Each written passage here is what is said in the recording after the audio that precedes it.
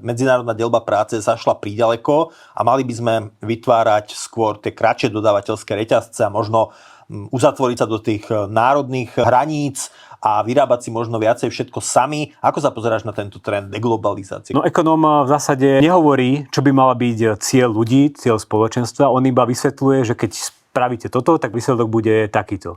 A teda keď existujú ľudia, ktorí si myslia, že aby sme boli viacej odolní a menej fragilní, potrebujeme sa uzatvoriť do menšieho spoločenstva, možno že v rámci hraníc nejakej krajiny alebo nejakej Európskej únie.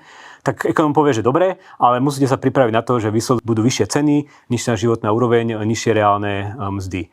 Takže ak toto tým ľuďom za to stojí, tak by to mali asi urobiť. Ale ja viem, že tá debata je oveľa širšia, že tam sa už bavíme napríklad o národnej bezpečnosti, že čo by malo byť spojené s nejakou závislosťou na iných krajinách, ktoré možno, že sa správajú nepriateľsky alebo sa potenciálne môžu správať nepriateľsky. Takže nechcem povedať, že ekonómovia majú iba jeden návod, že všetko by malo byť otvorené a spojené obchodovaním.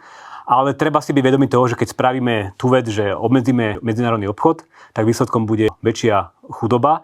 A to možno, že pre niektorých ľudí alebo z nejakých dôvodov, napríklad verejných statkov, poskytovania bezpečnosti, dáva zmysel. Ale ekonómia vždy zdôrazňujú, že je tam ten trade-off a čo je problém, že niekedy to politici zamlčujú. A napríklad trade-off teda, že niečo za niečo, áno. Že môžeme si vypýtať nejakú hodnotu, napríklad väčšiu bezpečnosť, že nebudeme dovážať nejaké vojensky citlivé technológie z Číny, ale musíme byť ochotní zaplatiť za to tú cenu, že potom, keď si to budeme vyrábať sami, bude to aj drahšie. Áno, ale tieto sofistikované argumenty nepoužívajú vždy politici, ale politici skôr sklznú k tomu, že sľubujú, že toto je cesta k väčšiemu blahobytu. Hej? Bežný príklad je americký prezident, ktorý hovorí o tom, že on chce obmedzovať medzinárodný obchod preto, aby tam tí jeho obyvatelia boli bohatší a mohli začať pracovať znova v nejakých fabrikách a so šrobovákmi montovať nové iPhony.